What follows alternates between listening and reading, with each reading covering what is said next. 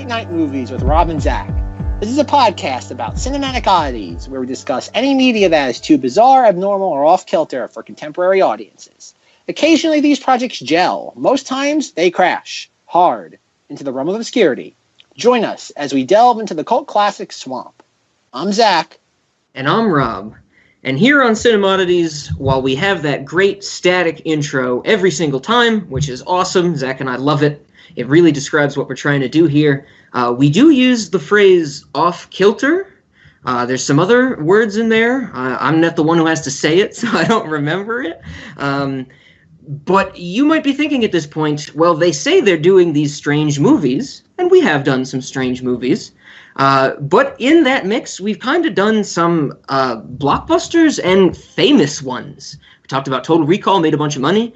Batman vs. Superman, as much of a nightmare that was, I don't know, would that consider a blockbuster, Zack? You would know better than I would. But yeah, it's a kind of a mainstream movie. Last week was Triplets of Belleville, which kicked off our foreign animation series, but was also a well-known film.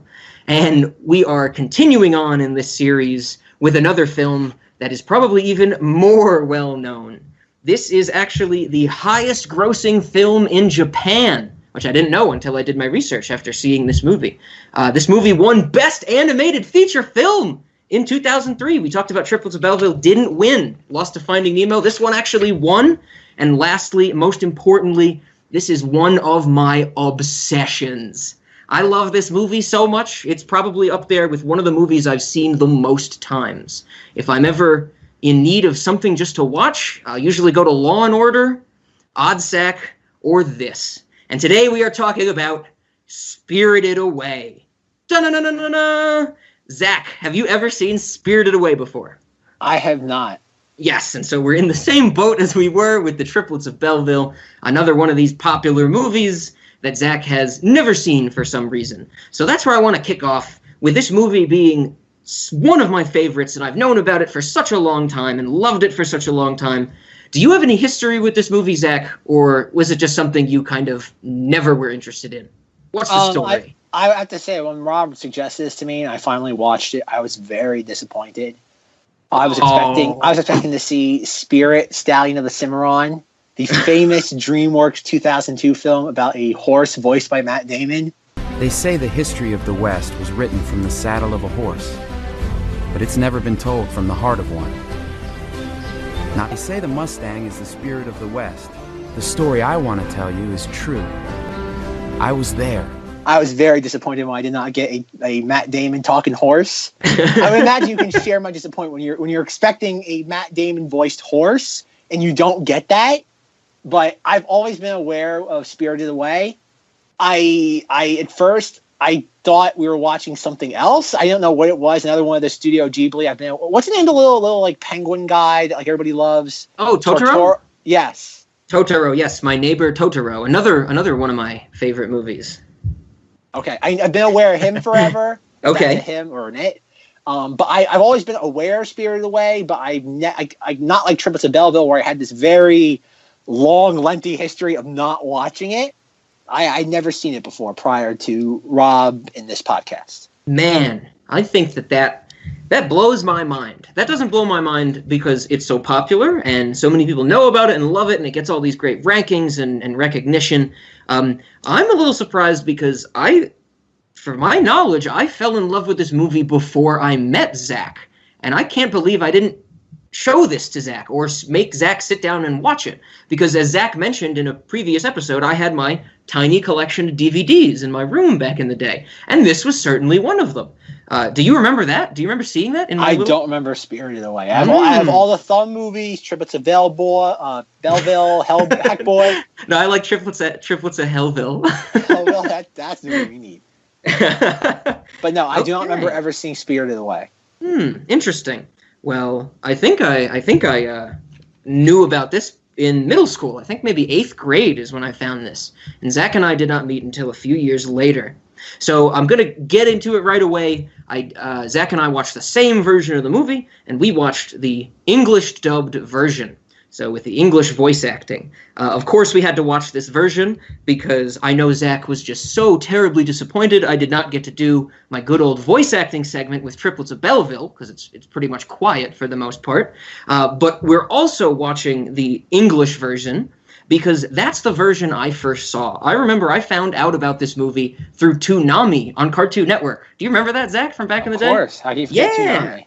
And so I remember when this premiered on Toonami, and I saw commercials for it, and I still remember certain scenes from the movie being in the commercials, and I watched it, and this was just a game changer for me. Just like Triplets of Belleville was the thing that I saw, and it kind of made me realize you didn't need words to tell a story. You could do it with sound and visuals. This was kind of the movie that completely changed my perspective on how to tell a story. Because the first time I watched this movie, and this is leading into my question for Zach, if he experienced something similar, I remember watching this and going, okay, this girl is trapped in some spirit realm at this bathhouse, and she has to work here. I get the gist of this. And then, maybe 20 minutes goes by, and she's dealing with a stink spirit that's actually a river spirit. 20 more minutes, there's a giant baby involved. 20 more minutes, there's a giant no-face demon eating people. And then 20 minutes later, they're at some twin sister's house of one of the main characters, and everybody's kind of knitting and having a nice meal. This movie threw me for a loop the first time I saw it. When I was finished, I was kind of like, what was the plot of that movie? And the more I watched it, the more I fell in love with it. I realized that the plot is amazing. It's incredibly detailed. But the way that they deliver this story was a train ride for me the first time. So what did you think about that, Zach? What did you think about the structure of this movie? Before I get into the structure of the movie, I first started off this and I was taking notes. At first, I found it very jarring that, much how like Rob has his Dean Norris universe where everything is topsy-turvy, I was wondering where Lilo was, and I was also wondering where Stitch was. I'm like, I keep hearing Lilo's voice. I don't see Lilo. Now I'm waiting for the little blue Stitch to come out, and I'm like, what? Where is this? But all kidding aside, I was watching this. I was taking notes for the first, 15, 20 minutes. And again, obviously, I'm waiting for the proverbial shoe to drop, because with any Rob movie, everything kind of starts off normal, and it gets progressively weirder. And this was the exact opposite in the sense of, no, not the exact opposite, though, but like where Rob stuff gets progressively weirder. This, it starts off pretty normal, even up to like the weird like the Audi, the car. Like I'm like, wow, like that's an insane amount of detail for an animated movie to put a real life car in there. But I get why they do it. And then I'm like, okay, and you watch because once like the parents start eating, like, oh, something bad's gonna happen with the parents, and it's like, oh, because obviously I would imagine this is very similar to Alice in Wonderland in that she falls down the rabbit's hole. I was taking my notes, and then after about 20 minutes, I kind of just got so absorbed in the film. I stopped. I much like Rob doesn't like it with Total Recall, but I got on the roller coaster and I just went for the ride. Like I thoroughly enjoyed it. I thought it was. I thoroughly enjoyed it. I was like, well done, Rob. You showed me a weird movie that didn't make me want to take a shower afterwards. Okay, look at that. Well, that's good. I'm happy to hear that Zach enjoyed it. There's kind of that balance. You mentioned in there that you said that there was this you waited for it to get weird for that shoe to drop. And yes, things kind of get weird in this movie, but nothing is really off-putting, disengaging. Nothing is really kind of unbelievable. It really wraps you up into it. It's done in a very good way. But when you really do get into the details, there's certainly very, very weird things in this movie. Like those three heads that Yubaba has, the green heads that just grunt and bounce around.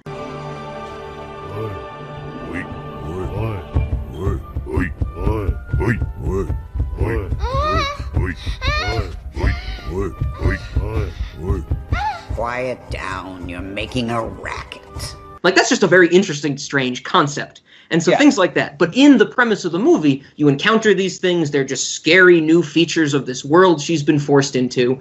And then, they play their role later on. You don't really think about how weird they are, how strange they are. You really are immersed into that movie. And, that's nothing new to say about it. That's what everyone's saying. That's why it's gotten so much recognition.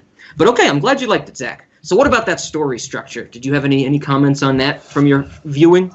No, I didn't think there was any. I didn't think it was a peculiar structure in that. I think it followed the same sort of template. Again, this is doing my research for this. How much Disney got involved with this during the American delegate. Like as I was watching this, I knew, being a Blu-ray collector, I knew that there was at least one release. I know that Disney did like the Studio Ghibli. Is that how you say it? I've always said Ghibli, but it may be Ghibli. Ghibli, whatever it is. Tomato. And I remember seeing like they did like their own release of all this stuff. So I'm like, okay, Disney has its fingers in the cookie jar for some portion of this. Then I did my research, like, not John Ratzenberger. Oh my God, the guy is in trouble now. Oh my Lord, what's his name? That's so many people, Zach. John Lasseter. John Lasseter. Okay. When I saw that, I did my research. I'm like, John Lasseter was involved with this. I'm like, okay, there it is. Because this is a. I would imagine it's probably one of the very few things I would call an unofficial Disney film. That it's sentimentally slick through and through. It does. Yes, some of the character designs are intentionally not jarring, but again, like I said, what's her name? Yubaba. Yubaba's obviously designed to be she's designed to be grotesque looking to a certain degree because she has very exaggerated features compared to our human characters. And so you have all that though, but at the same time, you're looking at the plot didn't really, it felt like that. Like it felt like a Disney film. The plot was there. You have this little girl who, again, very similar to Alice in Wonderland, gets drawn into this world against her will, but she does make friends along the way. And at the end of the day, she makes this world something better. She makes this world that she's inhabited for a very short amount of time something for the better. She goes on an adventure. And at the end of the day, all's well that ends well. And she's left the world for a happier new reality. No, I not to say conventional, because the film, I don't think the film's conventional in many other senses, but I think this one it's conventional to a T. Yes, the story in and of itself, and as Zack described it, I think is great. You know, what our main character, Chihiro, brings to this world that she, is just forced into, and she leaves it something better, not for just that place, but for herself as well. It's kind of a simple story. It's nothing new. It's not, anything groundbreaking. But I think that's part of the reason I love this movie so much, in how strange and maybe fast-paced might be a good way to put it, the story structure is. I really enjoy what they did with it. They took something conventional and they made it interesting. For me, who's someone who's usually like, I've seen this story told 1,000,000 times, why are you telling it to me again? They put the right twist on it.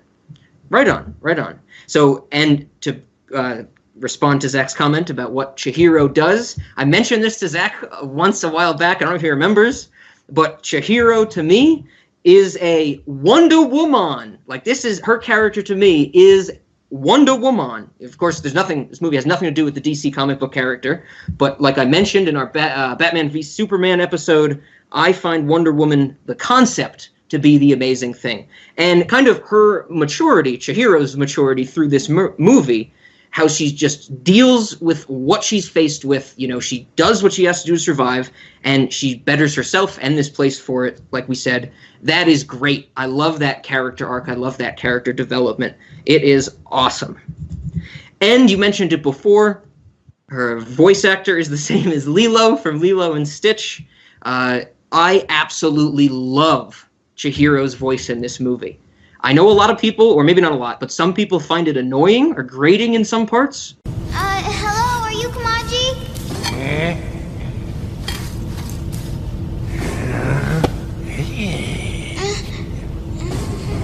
Haku told me to come here and ask you for work. Could you give me a job, please? What did you think about that, Zach? Did you find it too high-pitched? It's Lilo. So why do you sell me? Buy a rabbit instead. At least a rabbit will behave better than you. Go ahead, then you'll be happy because it will be smarter than me too. And quieter. You don't like it because it's stinky like you. Out of your room! I'm already in my room. I hear that and it's like where is Stitch? And it's like I'm not because as somebody who grew up with, I love Lilo and Stitch. I love that movie. I watched the TV show a lot when it was on. I have no problems with her voice. Like the only thing about it is that obviously I think it's really weird that considering that this and Lilo and Stitch came out during the same within 3 or 4 months of each other. Mm-hmm. or maybe I don't know. When was this released in Japan? I think this was 2001 in Japan, and this was 2002 in the U.S. I'm pretty sure. Okay, so July 2001. So roughly a year before. No, because obviously in Japan it didn't have the U.S. dub. So the U.S. version came out in September of 2002.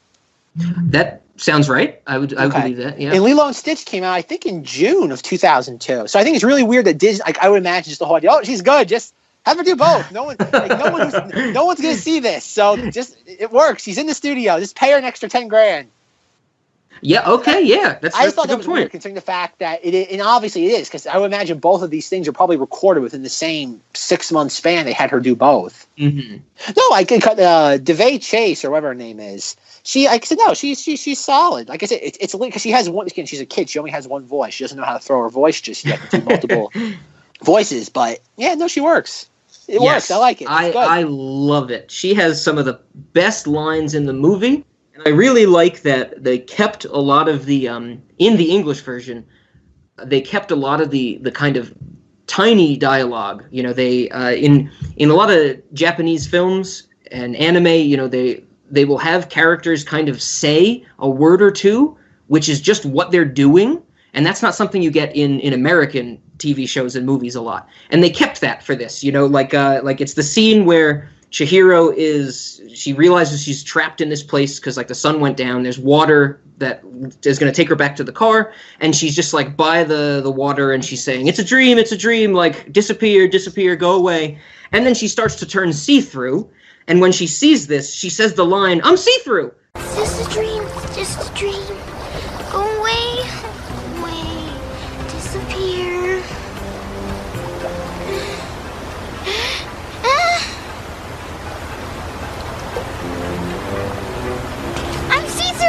Like, it's a great line, but no American writer, I think, would ever write that. They would just say, okay, you can see she's see-through, she's scared, we're going to move on with it. And they keep a lot of that from the original dialogue in here. And that's, I think, where we get a lot of the best lines of the movie. Her saying, I'm see-through, is one of them. I really like that one. And what she does, I agree, is fantastic in this movie. She's a great character. Who else do we have? What other characters? Any other characters stand out to you? I don't know. Like I said, they're all visually interesting. Like I said, I know these. I could sit there and describe the characters better than I can name them because they're obviously all different. Yes. Kamaji, he's interesting just because of how many arms he has and how he just kind of operates with 6 different. Yeah, that arms. is cool. Oh, like I said, there's a lot of this. Like I said, all the characters they're unique. There's no other than the toads who obviously work throughout the place, and are the young women supposed to be captured as well, or are they lost, or are they their own species, or? I think it's something where like I don't know. I think they are their own species. I've never got the sense that they were lost or captured, but they don't look weird. They just look like women. Yeah, I think it's something where maybe they for some reason. Maybe when, we don't really get any history of the bathhouse in the movie, but Yubaba runs the bathhouse. Maybe when she was starting it, or she needed workers, and she found this group or tribe of these beings and kind of got them here. Because Lynn, one of the main ones, she talks about wanting to leave that place. And, she gets excited when Kamaji has the train tickets and stuff like that. What was the whole thing with the train? Obviously the train is this transit for spirits, but the train only goes one way from now on. What is that supposed to? You know what? I'm not sure. I'm not sure what it means about the one way. Maybe I guess I've kind of come to see it as symbolism for just the exit. Like it's, this isn't the exit she was looking for, because Chihiro's whole thing was, oh, I'm just going to save my parents and we're going to go back to our car and we're going to be good. But it ended up that she needed to get on this train for the spirits to leave the bathhouse to truly find her exit. I've always questioned that. It's like, what's the point of calling a train run one way? Like, it doesn't just run one way. Yeah. It would just be a loop. like the train just doesn't stop and never go again somewhere. So I don't know. I've never understood the idea of one-way trains in general, I would say. This is one of those ones where I think Rob's gonna be a little disappointed in me, though. But I watched this and I did not. I guess I enjoy. I guess I really like. This is something again. Much like our Fantastic Planet episode, and I erroneously said Marilyn Manson. I was watching this, going, "Oh dear Lord." like considering how like creatively bankrupt Disney is, like how long until they try to redo this? It's like how long until Jared Leto wants to be Chihiro. No, he'd be Kamaji. He'd love the idea of having like 8 limbs and like he'd love that. Yeah, he would. Like as I was watching this, that was like my big like, oh dear Lord, someone's gonna try to remake this. Like I don't know. Like, does Disney own the rights to this? I really don't know. I really do not know for sure. Do they own Studio Ghibli? Do they own the rights to them? You know what? I don't believe so, but I've never really checked to be certain. Oh, they'll buy them. It doesn't matter. They'll buy them. Yeah, I mean, one day. Like that's my issue with not my issue with this though. It's like I'm watching this and it's just, and I mean this in the most positive way possible, but it's like so conventional. Like it's conventional the same way The Lion King is conventional. It's that Shakespearean tale of the father, the son, and the uncle in the palace intrigue. And this is again, it's Alice in Wonderland. That's what this is. It's about a girl who gets sucked into another world. And it's just such a relatable story. But it's that old adage that there's only 10 stories in the history of the universe, and it's just every time you have a new one, it's just the same story redressed. And I feel that's what this is. It's a story we all know and love, and it's being retold. And the whole time I'm watching this, I'm like, it's kind of like when they threatened to remake Beatles' Yellow Submarine live action, and it's like, oh no. And now it's like with this, it's like, oh god, how much longer until they do this? Because it works. It's such a perfect little story. It's such a well-made film. And like, never mind, you can't just put it in theaters so people can join. You got to redo it in 3D animation, so you homogenize it so it looks like everything else that's out there. Yep. And it's like oh god, but yes. So like I said, I think Rob's gonna be disappointed. Much like our Total Recall episode, I find this a stellar film. I guess I was genuinely kind of surprised how much I was sucked in within those first 20 minutes. I kind of just said, okay, I'm gonna go along for the ride. It's like I buckled in. I sat in my little seat.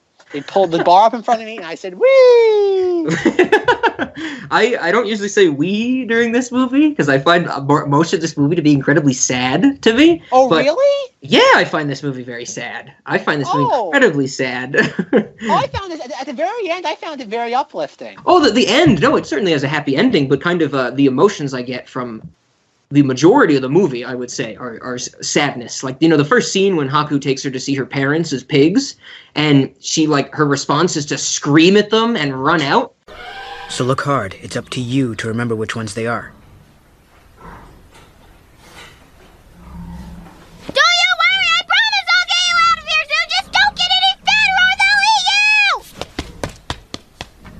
And then when she's eating, she starts crying. Like, that's a very well done scene. Like, that's a way to make me feel the emotion. Like, I have a big thing. I enjoy things that are cathartic. Like, I want to feel something from these things. And this actually does it. I'm glad you enjoyed this movie, Zach. That's kind of what I was hoping for. You should. I love this movie so much. Like I said, it's one of my obsessions. Something that I do want to do is I want to ask you a few things about the movie. Because I have come to view this movie, or when I watch this movie, I feel certain things at certain scenes that are completely different from the first time I watched it. And the first example of this is the scene where Chihiro has to go down the stairs to get to the boiler room. So, the giant set of exterior wooden stairs that she ends up, like one breaks and she starts running down and screaming. How did you feel during that scene when you were watching her? Just that whole experience. What was going on? She has a very hard time walking downstairs in this movie. Like, she's not a graceful, or she has very little poise. Like, she's always stumbling to like maneuver around. That's a hallmark of her character. Is that whether it be the stairs or like even when she has to shoot with the little coal monsters, the soot monsters, and then even when she's trying to bathe the dirty soul monster, she's constantly struggling to maneuver. You! Ah!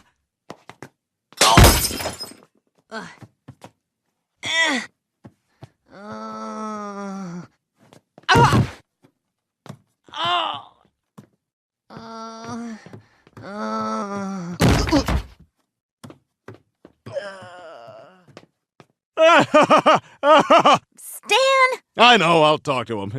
It's just he's so bad at moving his body.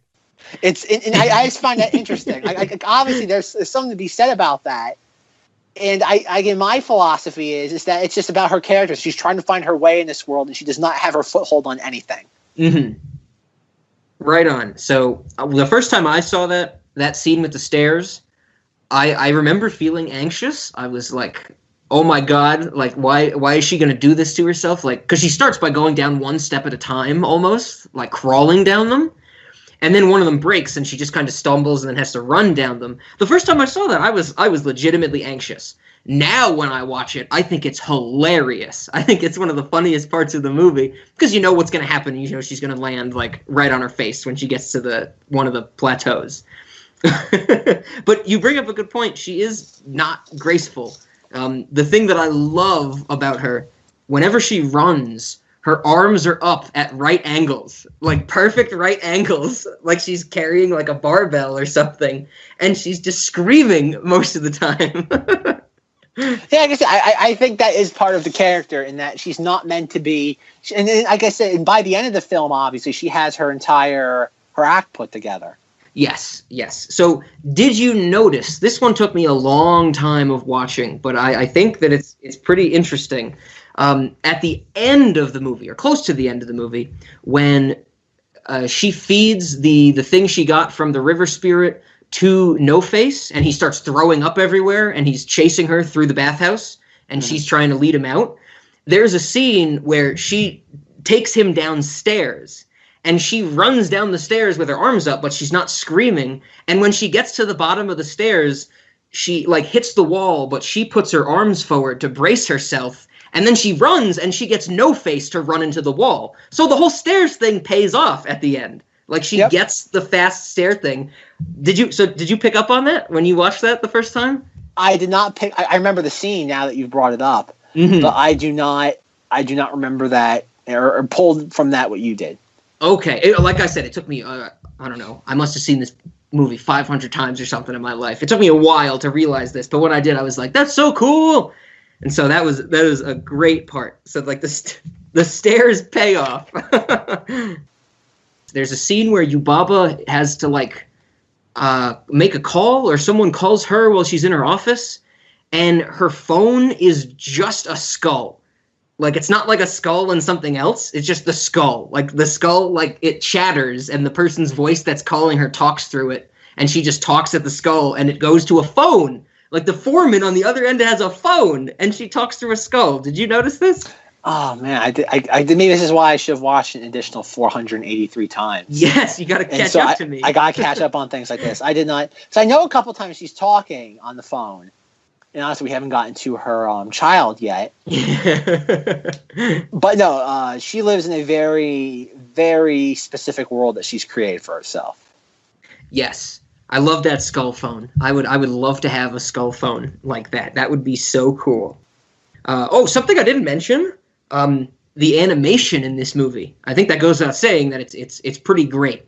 You know, I love the animation in this movie. A few scenes I really like when Chihiro gets handed money from the stink spirit, and her like whole body like frizzes up, but it comes in a wave and it like goes up and down. It's done so well. All of the water in this movie is beautiful water. I think water plays a big part, you know, with her and Haku being a river spirit as well, but it is done wonderfully. The thing I wanted to know if you picked up on, Zach, at the very beginning of the movie, when the parents like and Chihiro go to explore, they walk through like the dark tunnel, and then at the end of the movie they walk out of the same tunnel. Did you realize that it was the exact same shot? Like, it's not even just the same shot animated two different ways. It is the exact same bit of the movie. Like, they copied the animation from when they walk through the tunnel both times. Oh, yeah, I definitely picked up on that. Yes, the fact that she clings onto her mother's arm. Yes. Be careful, you're going to make me fall. And I think that is such an awesome device of a movie, because, you know, that's the only dialogue we get is her mother saying that. But Chihiro, you know, has a certain facial expression. And it's the same facial expression when they're walking in at the beginning and when they're leaving at the end. But they convey so many different emotions. And that is just a wonderful kind of bookend to this story, to wrap up that kind of level of maturity that, you know, you're going through the same thing, but you now see it in a completely different way. Wonderful stuff, Seth. Wonderful. Glad you picked up on that. I knew you'd pick up on something. I knew you'd actually watch on something. I think before every time Rob shows me one of his movies, Rob should do like betting odds, like how he thinks I'm going to like respond to it. It's like, okay, here are the odds. It's like 2-1 odds. Zach will be detested, but like will detest this movie. Up 10-1 that he'll like it. 1,000-1 he'll love it. Yeah, we could start some gambling ring. I think that'd be pretty cool. Maybe I could take what Rob thinks I'm going to respond to the movies he shows me. Yeah, keep book from the audience. Like we'll do like a Twitter gambling ring or something leading up to an episode. Yeah, what Zach thinks of the movie. Yeah, okay. And you can't do any like shady deals. Like you can't go in cahoots with somebody to split money. No, you can't. I'm forbidding you from doing that, Zach. Oh, you're no fun. You have to be unbiased. I gotta see what the betting odds are for like what the movie like coming up days. I'm like, oh man, I'm gonna hate this so much. Intentionally walking, I'm gonna hate this crap. Yeah, you'll send out one tweet, all the odds will change and all the bets will shift and things like that. I like the sound of that.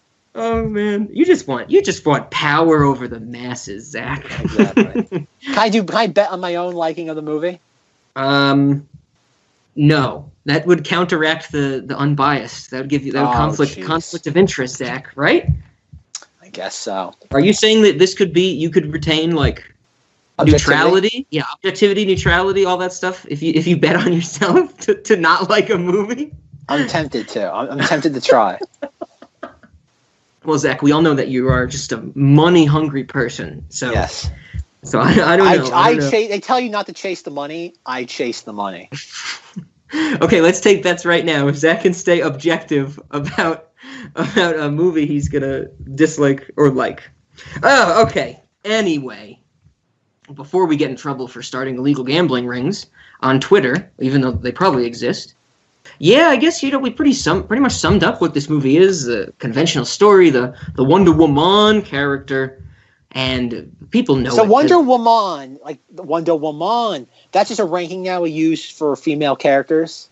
I would say it's a ranking for any character. It doesn't necessarily have to be female, but that makes it more likely that it would be a Wonder Woman. I can't think of any examples right off the top of my head, but I'm sure we'll come to some non-female character that will be a Wonder Woman at some point. Some point.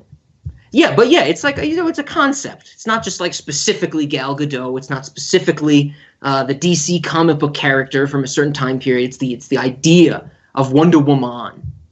So, of course, we got to do it. I already mentioned it a little bit, how great some of the lines are in this movie. Chihiro saying she's see-through. That one's awesome. I love the one near the start when the father is just like, we're going to take this car into the woods. We're just going to drive through the woods with this car, as we're trying to move to this house. And Chihiro says something like, oh, this is dangerous. Slow down. And the father says, we're fine. I've got 4-wheel drive. Dad, I think we're lost. We're fine. I've got 4-wheel drive. Sit down, please, sweetie. Like, I don't care. You're going 60 through the woods. You can have as much wheel drive as you want.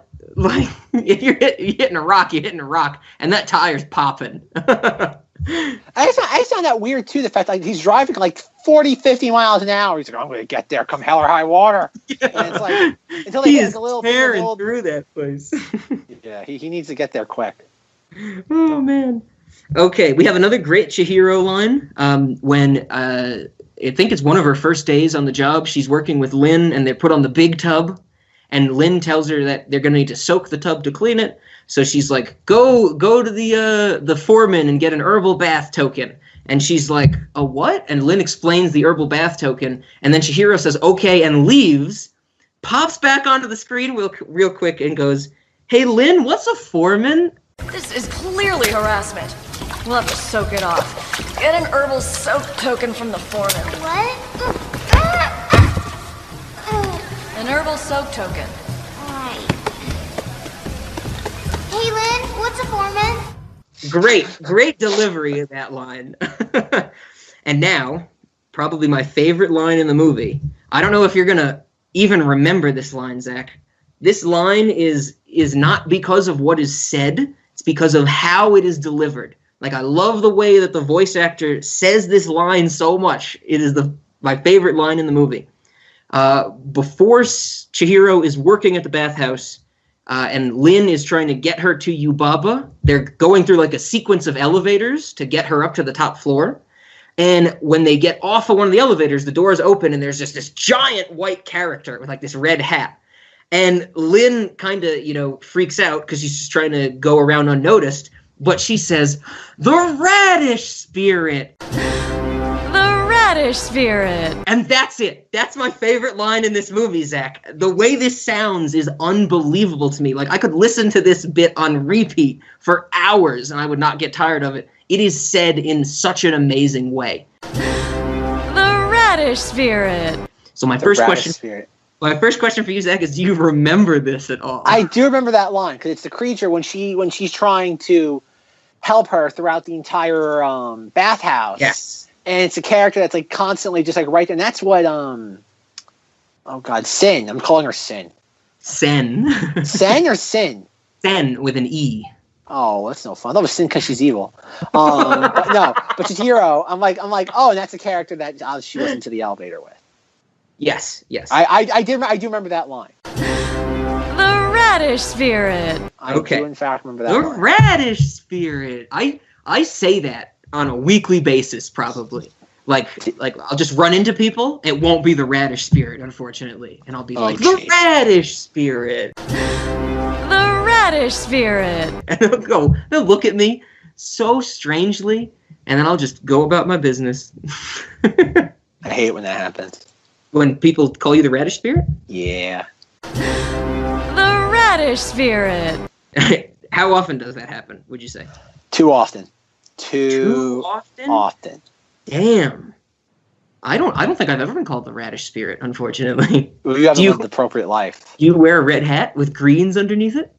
I on occasion. Well, the radish spirit. So another thing I wanted to bring up to Zach, because we did talk about the Disney getting their hand in this movie. Something that I don't think they had their hand in, of course, but it made me think of. So when Chihiro, No Face, the baby, which is now a mouse, the crow or the raven, whatever it is that is now a gnat or fly or whatever, they all go to Zabina's house, or Zeniba. I switched my letters around. Zeniba's house, and they are guided to Zeniba's house by like an ancient version of the Pixar lamp.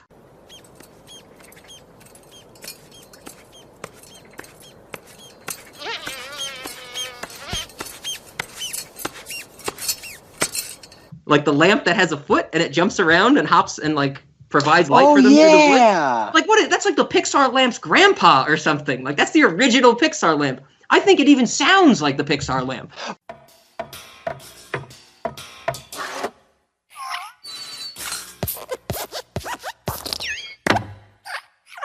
Well, I told you. That's the thing that has me so questioning this movie is that it just feels like Disney's involved with this. It just feels like, because it has that same sort of schmaltz to it. Again, saying that without any sort of yes, sure. Yeah, there is that level of schmaltz where it's like, okay, like I've seen, like, was this considered anime? I don't really know a good definition of anime, but I would say so. I don't see why not. It's in the same art style. It's not a series, but I don't think an anime has to be a series. But I guess I don't know. This feels like the story of a Disney film with just Japanese animation. Mm-hmm. Yeah. It's easy, simple story, Japanese animation. I can see that. And there's nothing real outside of some of the character designs. There's nothing really weird about this. I guess there's nothing super weird. You know, this might be another one of those situations of, you know, Men, Women, and Children versus Breaking Bad, things like that. Just some ideas, the choices in the writing and things like that. But nothing's new, nothing's off-putting, strange, nothing's like groundbreaking, things of that nature. It is rather tame, certainly. Yes, this is extremely tame by a Rob movie standard. We're getting them out of the way early. I guess that's how Zach should look at it. When we get into the deeper series of stuff that I have, Zach's going to be like, oh, I wish for the simpler time of Spirited Away. I have a feeling I'll be saying that very shortly. All right. So, Zach, it has come time. Are you prepared? Are you ready for this? Not the voice actor talk. Yes, we're doing the voice actor talk. We have to do it for this movie. You already started it. You even said the name of the voice actor for Chihiro. DeVay, I think it is DeVay. I think I looked up a pronunciation. DeVay Chase voices Chihiro. Of course, also Lilo from Lilo and Stitch. But Zach, did you also know that she is Samantha Darko from Donnie Darko? I did not know that until recently, but I did know that she was on The Little Girl from The Ring. Oh yes, look at that. Zach is trying to beat me to my points. So Samantha Darko was the younger sister that was in Sparkle Motion, if I remember correctly. And Zach, I have to say to you that sometimes I doubt your commitment to Sparkle Motion. Okay, just. But now you can't go. Yes. Now, believe me, of all the other mothers, I would never dream of asking you, but none of the other mothers are available to go. I don't know, Kitty. It's a bad weekend. Eddie's in New York. Rose, I don't know if you realize what an opportunity this is for our daughters. This has been a dream of Samantha's and all of ours for a long time. I made her lead dancer. Sometimes I doubt your commitment to Sparkle Motion.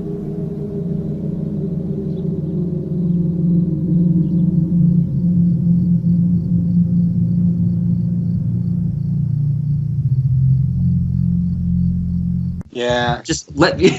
I'm doubting it too. Zach is thrilled. All right. So DeVay Chase is great. She does a great job in this movie. I love Chihiro. Love the voice acting. Another great voice actors in this movie of Haku. You shouldn't be here. Get out of here now! What? It's almost night. Leave before it gets dark. They're lighting the lamps. Get out of here. You've got to get across the river. Go. I'll distract them. Jason Marsden. I love this guy's voice. Like, this guy is a voice actor I've known for a long time. He's in some smaller movies. I think he's done some TV shows, sitcoms and stuff. He has an awesome voice. I love it. Other things he's been in. He's Max from a Goofy movie. Oh, how about that? Yeah, See, Disney. I told you, Disney's got its fingers in the pie. Yeah. You're not wrong. He is also Noel Kreis from the Final Fantasy XIII trilogy. All this time, you've been dreaming of a new world where you're reunited with Yule. It's no dream, Lightning. The future is right there in the Oracle Drive. If I kill the Savior, then the world will be reborn. And this time, it's going to happen like it's supposed to. It's going to work. I failed once before, long ago. But you know that story. It wouldn't be right unless Final Fantasy is in here somehow. Great character. I don't think he's in the first one, actually. I think he's in Final Fantasy 13-2 and Lightning Returns. I don't think he's in 13. Great voice. Awesome voice actor. He should get more stuff to do. David Ogden Stiers, the voice of Kamaji, the Boiler Man. So here you go. Disney, once again, Zach. This guy's the voice of Dr. Jumbo Jukiba from Lilo and Stitch. So we even have a crossover of two from this to Lilo and Stitch. He is also Cogsworth from Kingdom Hearts 2. So not Beauty and the Beast the movie, but in Kingdom Hearts 2, you go to Beauty and the Beast world, and you get to talk to Cogsworth, and he's Cogsworth. Something else that I also wanted to tell you that I found, I couldn't find a lot of, I couldn't find multiple resources for this, but some people seem to think that David Ogden Stiers was the announcer, that is the only credit for it, in THX 1138. Is there any way you would know more about this? Because I think you have more knowledge of THX than I do. Is there anyone we can tweet, Zach? Who can we tweet about this? I don't know. It's possible. I wouldn't be surprised if Lucas did that. But to be fair, it's one of his earlier film roles, so I guess it's like, according to what I'm reading, it's his second. It's possible. That's what I saw. Yeah. It's possible. Okay, next one I got on my list is Susan Egan. And she, of course, is the voice of Lynn, delivering the Radish Spirit line. She's also Megara from Hercules. Seen that Disney movie? Never seen that Disney movie? John Ratzenberger. Of course. He is one of the frogs. He's the assistant manager frog. He's Ham the piggy bank from Toy Story. I like that. He's in all the Pixar movies. Yeah. He's also in Empire Strikes Back. Ooh, who was he in that one? He's a generic rebel officer. Oh. He has a mustache, but he has an action figure. Oh, do you have the action figure? I don't know. I might have deliberately bypassed him, so I'm not sure. I thought you were going to say I might, but it's in cold storage or something like that. No, it's in carbonite. It's in carbonite. Yeah, there you go. All right. The foreman, which we mentioned before in this movie, who doesn't want to give Chihiro an herbal soak bath token. I can't waste a token on you. Relax, good morning. Enjoy, have a nice bath. For the radish spirit. 1 sulfur salt. Why are you still standing here? Scrub it yourself. I'm not giving you a token. Relax, good morning. This is voiced by Roger Bumpus. I believe you pronounce his last name Bumpus, but it is certainly spelled bump ass. This is Squidward from SpongeBob. Squidward-eared. I thought that was interesting because I had never picked up on that. That is something that I never really realized. But once I heard it and watched the movie again, or read it and watched the movie again, I was like, oh, clearly. And we'll have to show it off with some voice clips. 3, 2, 1. I'm done with my shift, Mr. Krabs. And let me just say, there will come a day when I will make something of my life, and I will never have to set foot in this grease trap again. Yeah, we'll see you after your lunch break, Squidward. Okay. He is also Professor Membrane from Invader Zim. I don't know if Zach's watched a lot of that, but we're certainly going to talk about Invader Zim. That is a weird-ass show. That's on... Zach knows. I put that on the list of stuff for us to talk about. Oh, no. All right. So the next one I have, which I was actually surprised by, the voice of the baby. So Yubaba's giant baby, who has very few lines in this whole movie and then gets turned into a mouse at a certain point. This is Tara Strong. Tara Strong is Dill Pickles from the Rugrats, Timmy Turner from the Fairly Odd Parents, Raven from Teen Titans, Bubbles from the Powerpuff Girls, Plum from the Bravest Warriors, Sonny Baudelaire from the recent Netflix series of A Series of Unfortunate Events. She has like 8 lines in this movie. That's crazy. The next one, which I've been holding off because I want to know, do you know who the voice of Chihiro's father is? Did you pick it out from when you watched the movie? Yes, Michael Chiklis. Michael Chiklis. As I read the Wikipedia page. He's Ben. How did he not think Ben Grimm from the first few Fantastic Four movies? They're probably not the first. Four Stick. Was that Fan Four Stick? No. Or was that Fantastic Four? They're all Fan Four Stick. Oh, they're all Fan Four Stick. Okay. So yeah, Michael Chiklis. He has even less lines than the baby. I think. He actually might have more because he talks about having cash and credit cards when he's just shoveling food into his face. His mouth. Yes. And probably even fewer lines. Jim Ward, who's the river spirit that Chihiro helps out. That's Captain Quark from Ratchet and Clank, which he has many more lines in and actually appears in multiple games. Did you learn something, Zach, from this week's voice acting corner? Did you learn something? I'm always learning something. Zach comes out of these a better person. And I only got hit with a little bit of battery acid that time. So, I had to refill the spritz bottle, folks. Yeah, I was wearing goggles so it wouldn't get in my eye and throw off my game or anything like that. But that's it. We ran through it, Zach. We got all the voice acting in I wanted to talk about. Woo! Zach, you survived again. Do we want to move on? Do we want to move on to some real questions with this movie, Zach? Is that where we're at? I think we should. Think we should? Okay, so there's something I want to bring up about this movie, because since it's one of my obsessions, you better believe that this is a late night movie to me. This is something that I would absolutely show people. And I've said a lot before, there's certain things we talked about that are like never on the list, they're never on the queue. This is the thing that's usually pretty close to the top. Because not only do I want other people to see it, I want to see it again. So this is absolutely a late night movie to me. Zach, I have a quick question for you. Would you show this to the action figures of yours that haven't already seen it as a late night movie? So really, I'm asking you, would you watch it again? Oh, I definitely watch this again. Unlike Fantastic Plant, that makes me feel uncomfortable or Breaking Bad that makes me want to watch the whole series. Or Frank Ocean, where I kind of sat there and went, what? for 80 minutes, or how long was that? 40 minutes? Yeah, 45 minutes. Yeah, 45 minutes. No, this was like legitimately good. This is something that I can. This is good. Rob's not going to like this, but I think this is in the same camp as Total Recall. I think this is a great film, and I think this is something you could probably show to anybody. Like, I think this is probably the only G-rated film on the Cinemodities list where I think it's applicable for all ages. So are you saying that this is similar to Total Recall in the sense that you quotes? I'm doing quotes to quote Zack because I don't believe this.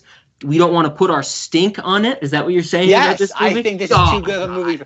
I would agree. This is a great film that does not need the prestige or the. I'm sorry. What's the opposite of prestige? What is like a soul monster? The stink of a soul monster. It does not need our stink.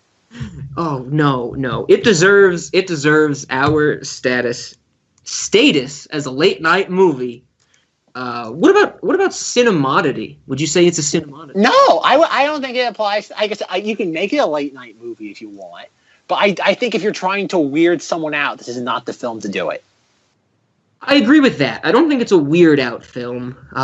It's not Fantastic Planet. It's not Star Wars: The Clone Wars, where it's just oddly put together. I think it's a very conventional story. It has great animation. It has fantastic characters. It has a nice little it has a cute ending. It has an ending that sits there, makes you put you in a good mood. And I think that's what it is, though. I think if I can, like Rob had some, like Rob says, you're late at night with somebody and they're over at your house and it's before bedtime and you have them in your clutches. Like Rob puts this like as if you're about to put someone in a dungeon, like you're shackling them up, you're putting them like on a little torture board that like stretches you. Like yeah, so isn't it a nice surprise where you get put in a dungeon scenario and then you get to watch this? Like that's what Rob makes it sound like. Though Rob's putting you, like downstairs in the dungeon. Like Rob's gonna tie you up in the basement, and he puts them and then like afterwards you're like, that was nice. And it's like, and like I can imagine like Rob's like, okay, now this is where the fun begins, and he puts all the weird crap. And it's like that's what I mean. Though again, I would like much how like Rob said that Star Wars: The Clone Wars was an introductory Cinemoddity. I would think this is even before that. I think this is if you're gonna even call it that, I think this would be something. This is how you really ease someone into the water. Yeah, with what you're saying, and now that I think about it, maybe this isn't so much a Cinemoddity. It's not. It's just good. It's a great good. It's a great film that it's just straight up good. It's like it's not cookie cutter. It's unique enough. It's unique without being alienating or disenfranchising. Yes, which might be one of the highest rankings you can hold a Cinemoddity, and something that's weird yet not off-putting. Yeah. Oh man. Oh wow. Okay. I really don't know now. See, Rob. I guess Rob, when you showed this to me, what did you think my opinion on it was going to be?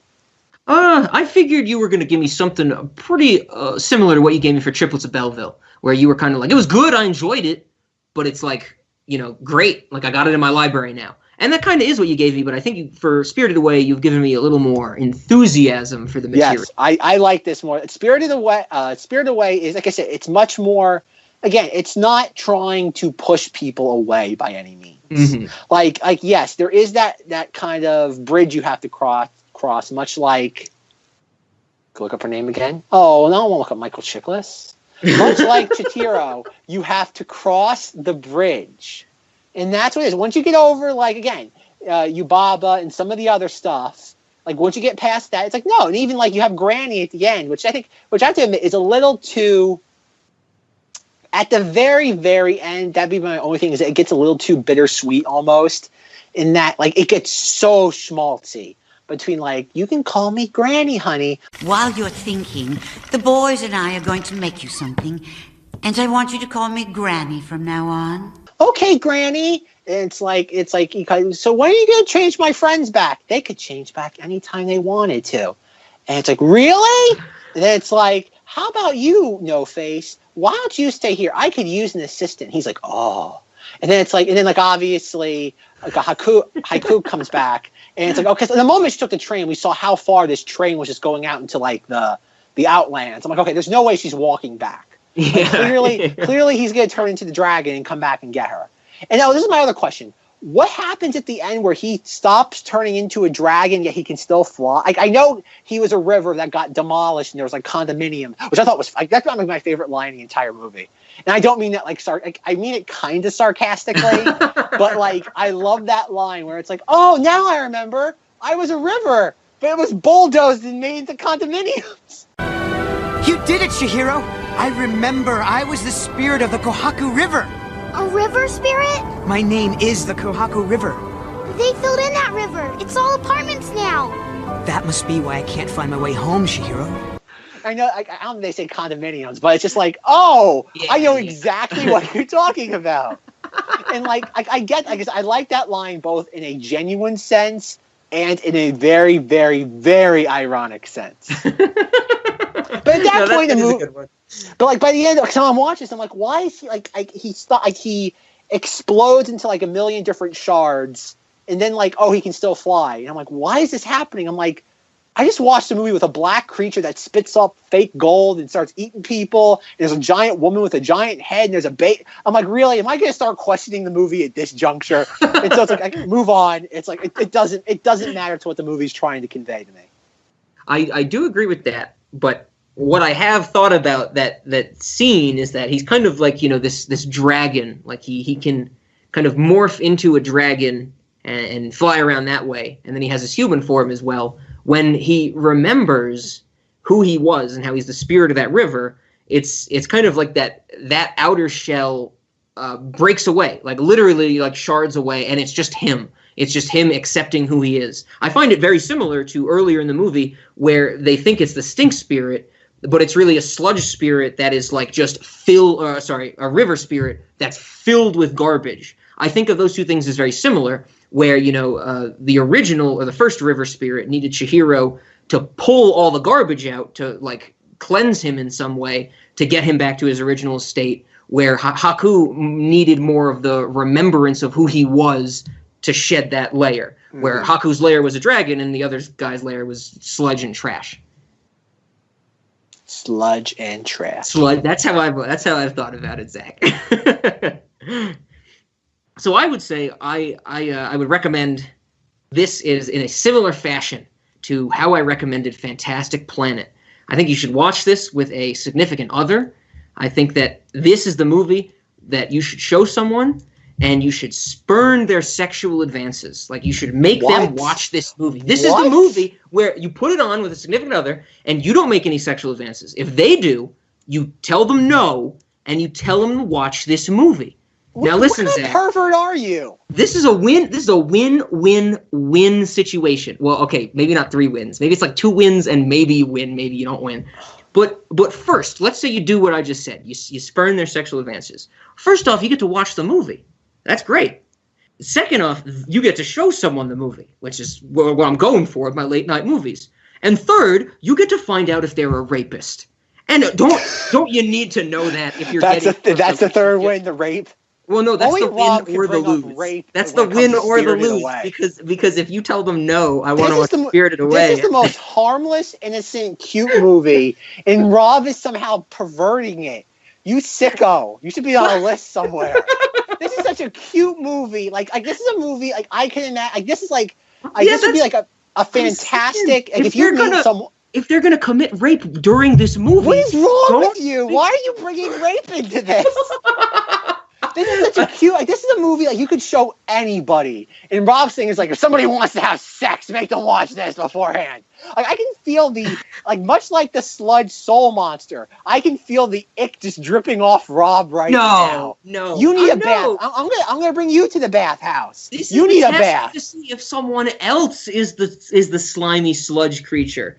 Like, I'm not talking about you doing any raping. You say, I don't want to have sex. And you tell them that. You say, I want to watch this movie. And that's your test to them to see if they're going to rape you or not. Because that's something you should know in a relationship.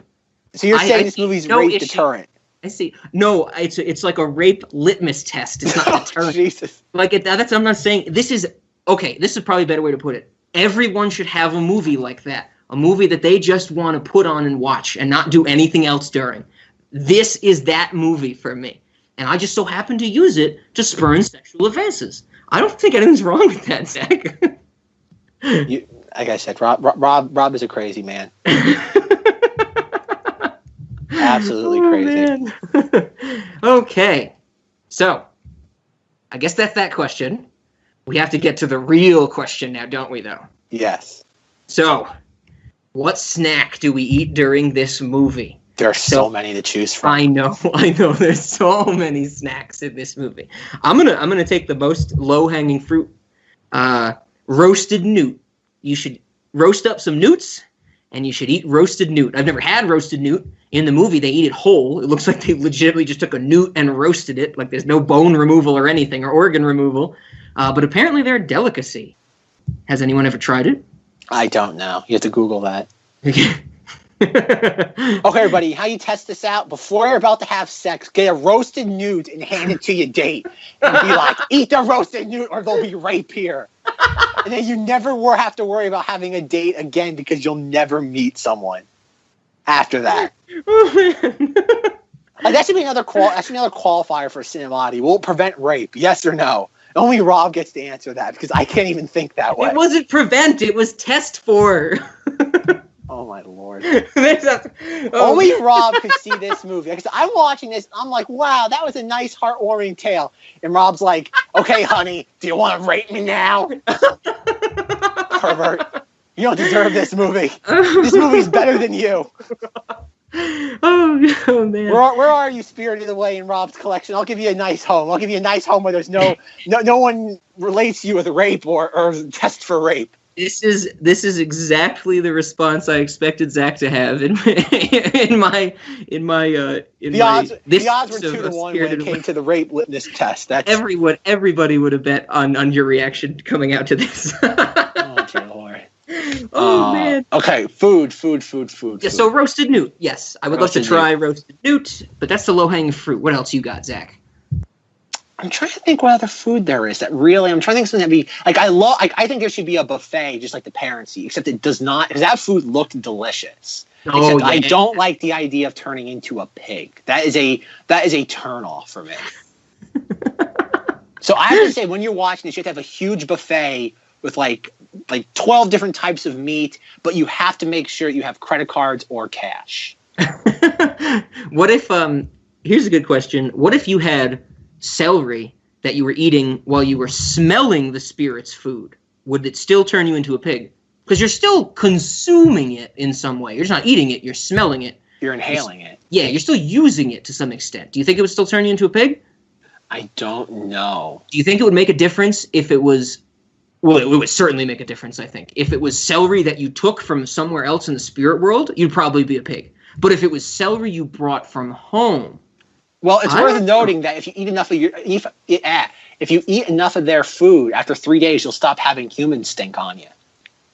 Oh, that's true. That's true. So I don't know if anything else in the spirit world works that way. So there might be some sort of catch-22 we might have with inhaling food or inhaling the aroma of food. Ah, okay. I would probably do it even if it was going to turn me into a pig. I would probably eat as much food as possible, as fast as I could, and then just accept my life as a sow. As a piggy? You become a little piggy? Yeah, I would just chill. I'd be content with that. I mean, either that or the spirit world, working in the bathhouse. What's not to like? What's not to like? Okay. So my next snack idea, I don't even know if it's really a snack. This is something I've never been certain on.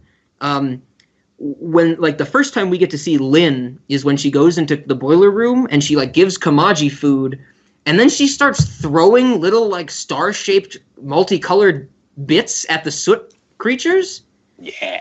And so at first I was like, oh, that would be a good snack. But I don't know if they eat it, because when they're surrounding her shoes, every single one of them is still just holding one of these things. We never see them take bites or eat it. They just hold them and walk around with them, and then the scene ends because she has to go to Yubaba. So I don't. Did you think they were food? They're like little sprinkles. Yeah, like little marshmallows you would get in cereal almost. Yeah, they look food-like, maybe like a cereal type of thing, or marshmallows, like you said. and it comes at like a meal time, but there's no confirmation that the soot has to eat. That soot that is living from a spell, which is only perpetuated by them working, that they need sustenance. Like, it's never confirmed. So I don't know if that's a valid snack or not. We may never know. Who do we tweet? Zach, who do we tweet? I don't know. Is what's his name? Who's the guy who makes all these movies? George Lucas. Not George Lucas. No, no, it's not George Hayao Miyazaki. We have to find him on Twitter. Disney. Oh yeah, Disney will charge you. Disney will charge you first. For a tweet? Yes. If you want an answer. Just send to get an answer? It's like tech support. You have, before you can sit there talking, you have to give me your credit card number. Disney probably has all our credit card numbers already. I would imagine so.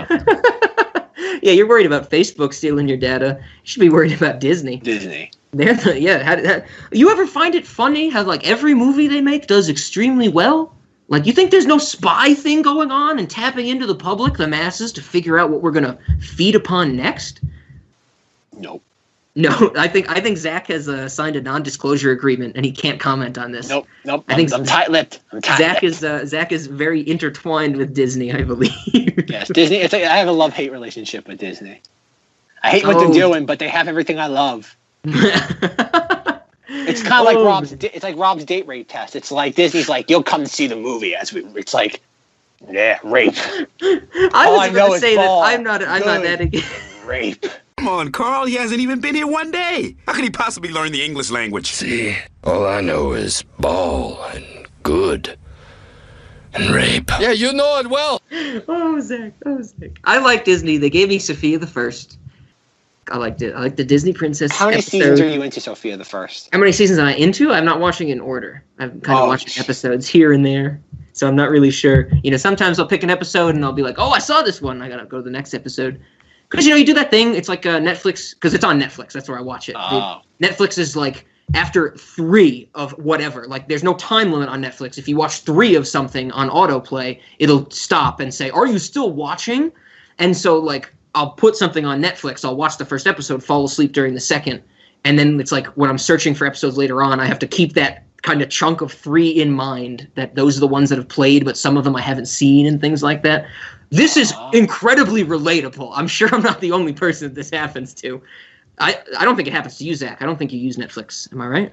No, I do not like Netflix. Yes, I mean, I fucking hate Netflix either. It should never ask me if I'm done watching. I'm actually not even paying for Netflix. I'm using someone else's account. But for $8 or $9 a month, I want to put as much of a load on their servers as I fucking want to. So let me stream Sophia the First for 24 hours while I'm sleeping. Just let me do it. Let me do it.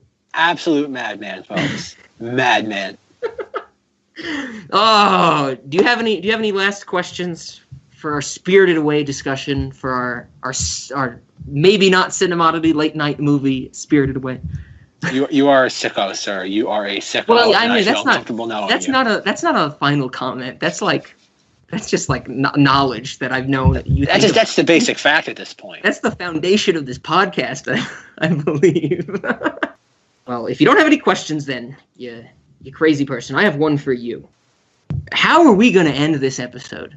Have I ever asked you that before? I feel like it rings a bell, but I'm not certain. How do we conclude this episode then? I think we play the Gremlins theme backwards. Has it been a while since we talked about Gremlins? It doesn't matter. Every episode should end with the Gremlins theme being played backwards. Okay, maybe. Well, I don't know. I think we should do the An Inferiority Complex song backwards. I don't know. It seems a little played out at this point. What do you mean played? What, the Gremlins one hasn't been played out? No. How about this? I'll make you a compromise, Zach. I want, not right now, but how about we get you to do a little rendition of the Gremlins theme song, and then we'll reverse that for the outro. Yeah. Okay. I can get on board for that. So you know, Zach's gonna record it. He's gonna stop time and do it right now. He just did it. Time just started again, and we're gonna play it. Thanks for listening. Radish spirit, very cherub. Radish spirit, very cherub. Radish spirit, there is cherub. The The radish spirit. There eats shit I root. The radish spirit. There eats shit I root. The radish spirit.